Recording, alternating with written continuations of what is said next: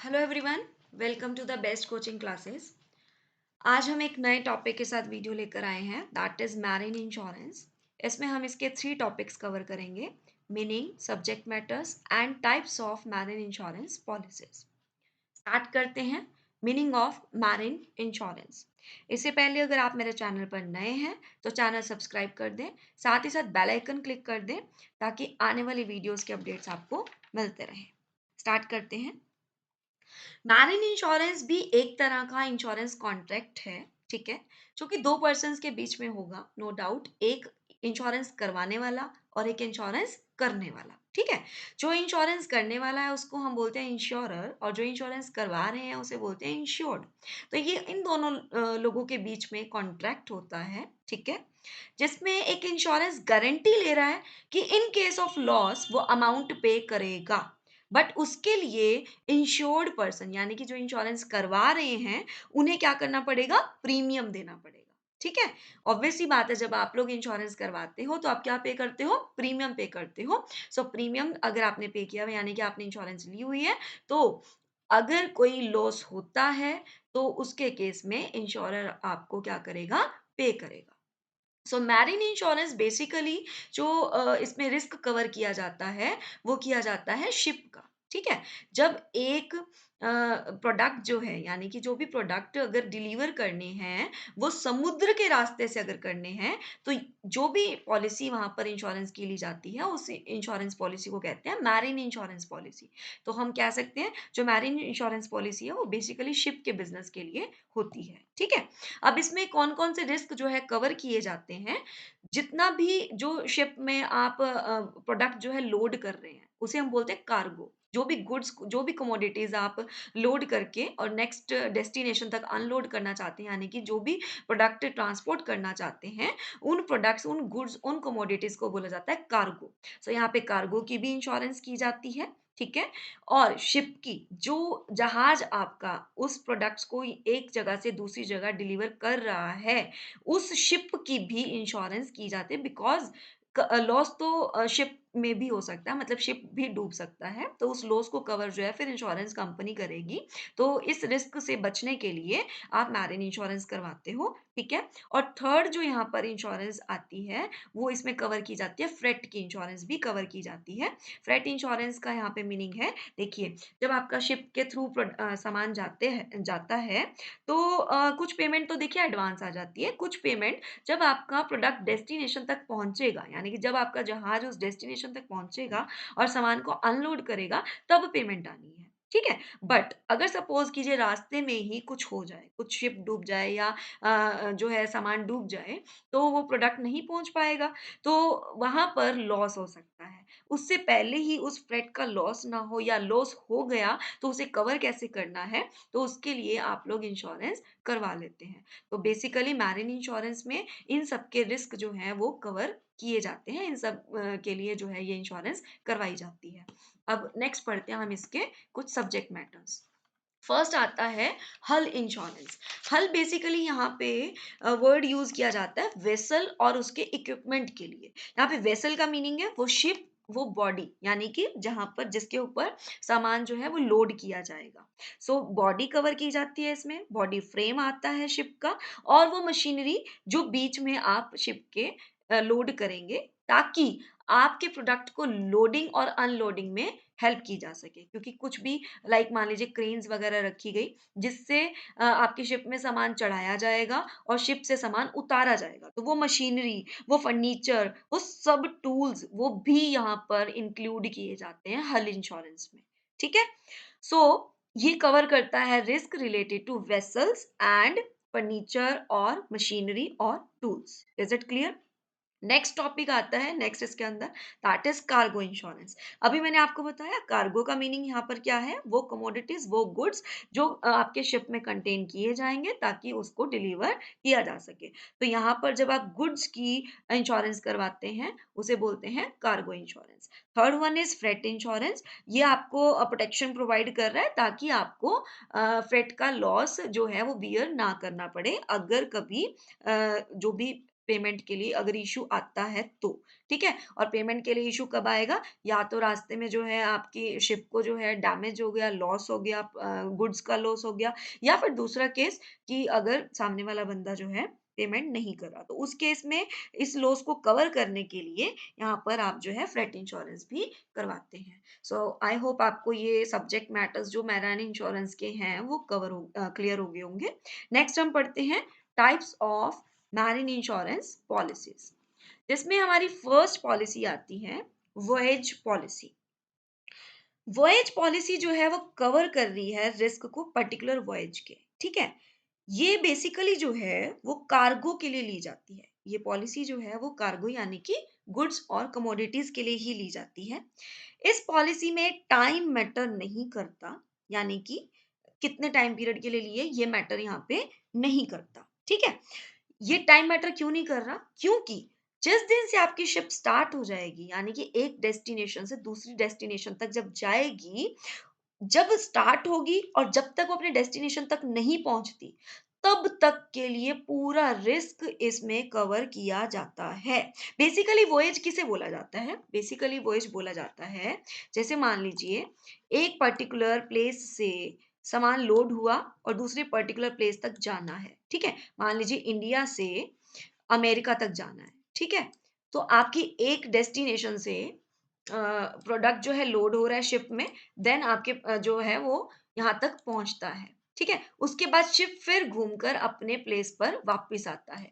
तो इस पूरा जो एक पर्टिकुलर जो भी आपका रास्ता था जहां पर आप गए और आए, ठीक है, इस पूरे टाइम पीरियड में जितना भी रिस्क है उसके लिए ये पर्टिकुलर पॉलिसी जो है ली जाती है, दैट इज वॉयज पॉलिसी, ठीक है जी। सो जो भी एक सर्कल जो है आप कवर करते हैं आने और जाने का, उस पूरे टाइम पीरियड के दौरान अगर आपको कोई लॉस होता है रिलेटेड टू कार्गो, तो आपको जो है इंश्योरेंस कंपनी जो है वो पे करती है। नेक्स्ट आपके पास है टाइम पॉलिसी। टाइम पॉलिसी कहीं ना कहीं वर्ड टाइम से ही आप मतलब समझ रहे होंगे कि ये पर्टिकुलर टाइम पीरियड के लिए होती है।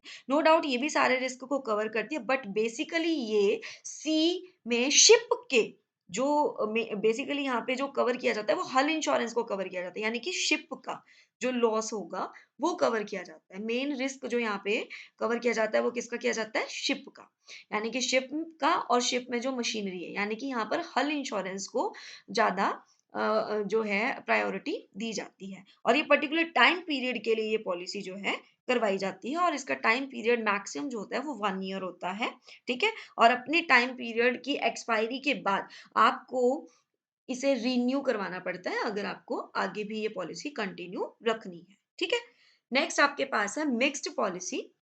मिक्स्ड पॉलिसी में आपका मिक्स्ड नेम से ही समझ रहे होंगे आपको, voyage policy and time policy दोनों के जो भी प्रोविजंस हैं उन दोनों को जब आप कंबाइन करके अगर आप पॉलिसी लेते हैं तो आप उसे बोलेंगे मिक्स्ड पॉलिसी, ठीक है।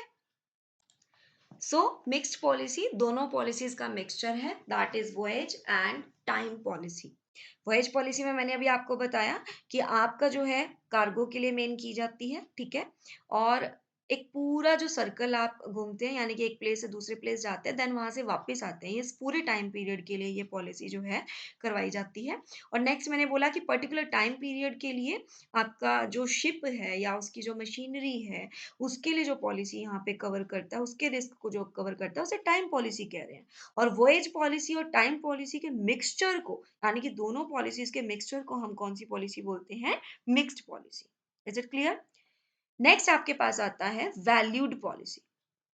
यहाँ पर हम सब्जेक्ट मैटर की वैल्यू ना एडवांस में ही करते हैं, और उस वैल्यू को जब हम मतलब मेजर कर रहे होते हैं उसमें हम क्या क्या इंक्लूड करके चलते हैं, invoice price of cargo, freight, shipping charges, और जितने भी इंश्योरेंस चार्जेस हैं वो भी, और परसेंटेज ऑफ प्रॉफिट, जो कि आप एक आइडिया लेकर चलते हैं कि इतने परसेंट मुझे प्रॉफिट होने वाला है, वो सब इस वैल्यू को जब आप मेजर कर रहे होंगे उसमें कंसीडर किए जाते हैं। मैं एक बार फिर रिपीट कर देती हूँ क्या क्या इसमें इन्वॉल्व किया जाता है। पहला क्या किया जाता है, invoice price, second freight, third shipping charges, fourth insurance charges, fifth percentage of profits. इन सबको ऐड करके जो भी आपकी वैल्यू जो है लगाई जाती है, ठीक है, और उस वैल्यू को जो है इंश्योरर और इंश्योर्ड दोनों parties at the time of contract agree करते हैं कि हाँ इसकी यही पर्टिकुलर वैल्यू जो है और उस वैल्यू को पॉलिसी पर मेंशन किया जाता है। नेक्स्ट आपके पास आता है अनवैल्यूड पॉलिसी। अब इसे आप एक ओपन पॉलिसी के नाम से भी बोल सकते हैं बिकॉज इसमें भी जो ये टोटली वैल्यूड पॉलिसी का ऑपोजिट है। आप नेम से ही समझ रहे हैं अनवैल्यूड और वो था वैल्यूड, ऑब्वियसली या बिल्कुल टोटली अपोजिट है। It means the value of subject matter is not specified in the policy. यहाँ पर जो भी वैल्यू होगी हमारी पॉलिसी की वो मेंशन नहीं की जाती आपके पॉलिसी में, ठीक है, सब्जेक्ट मैटर की जो भी होगी।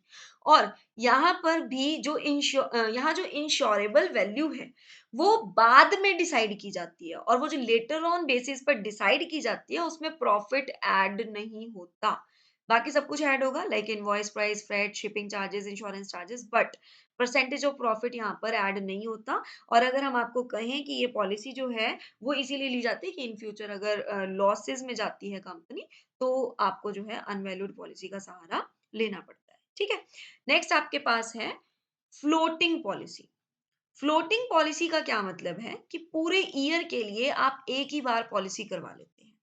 यहाँ पर आप पर्टिकुलर शिप के लिए नहीं करवा रहे।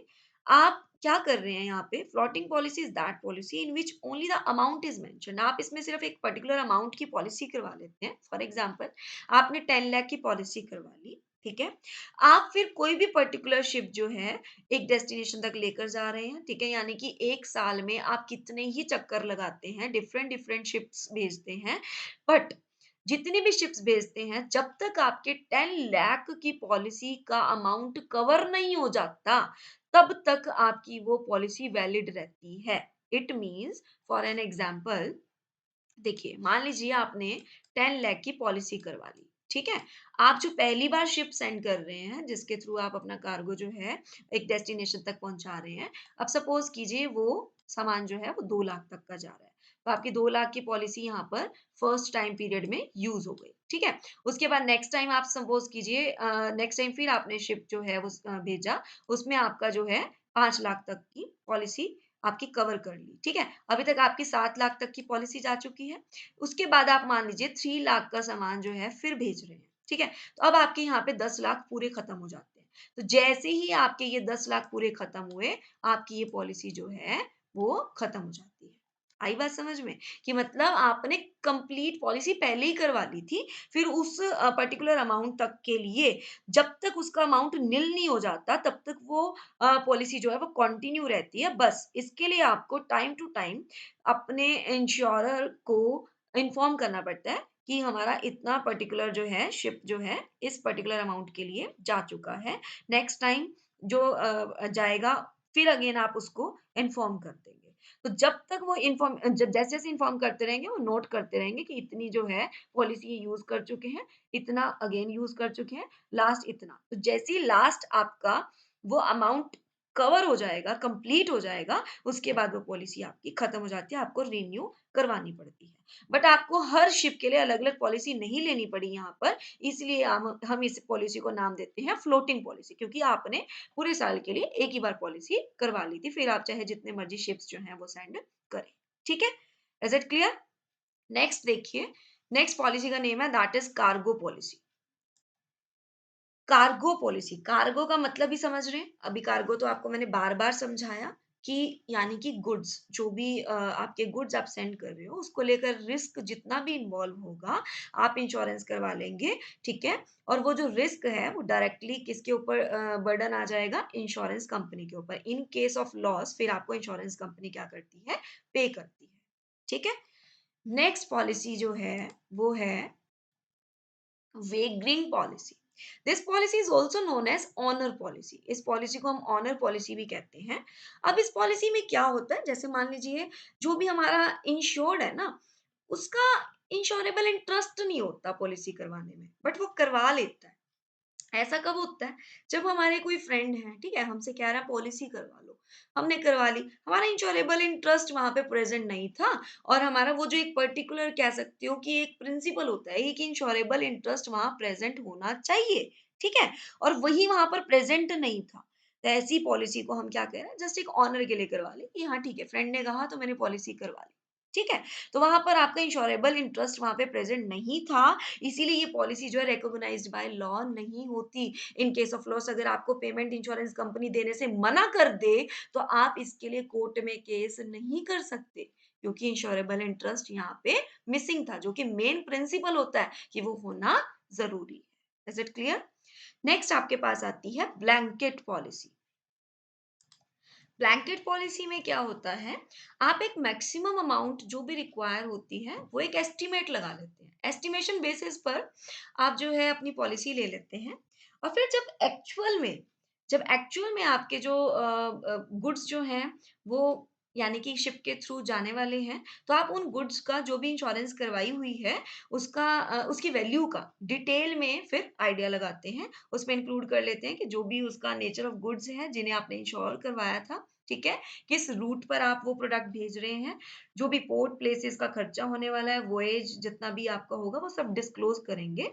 आफ्टर दैट आपकी वैल्यू जो है, सपोज कीजिए कि जो आपका अमाउंट है प्रीमियम का, वो आपने एडवांस में जो ब्लैंकेट पॉलिसी का एक एस्टिमेशन बेसिस पर पे किया था, बाद में पता चला कि वो अमाउंट जो आपने ज्यादा पे कर दिया था, एक्चुअल पॉलिसी अमाउंट कम बन रहा है, तो कंपनी आपको वो पॉलिसी के पैसे क्या कर देगी, बाद में रिफंड कर देगी।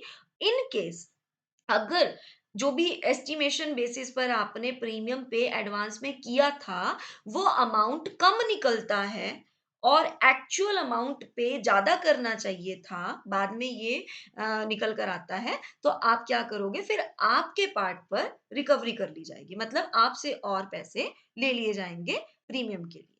यहाँ पर सीधी सीधी बात है कि आप एस्टिमेशन बेसिस पर पहले पॉलिसी ले लेते हैं, प्रीमियम पे कर देते हैं, बाद में जब एक्चुअल में देखते हैं कि हमारा शिप का जो इंश्योरेंस अमाउंट जो है वो कम बन रहा है, तो वहां पर प्रीमियम कंपनी आपको जितना आपने एक्स्ट्रा पे किया वो वापस कर देगी। अगर आपकी तरफ से और पेमेंट बनता होगा तो फिर आपको पे करना पड़ेगा, बाद में ये एडजस्ट कर लिया जाता है at the end of the term of policy. Hope ये पॉइंट क्लियर हो गया होगा।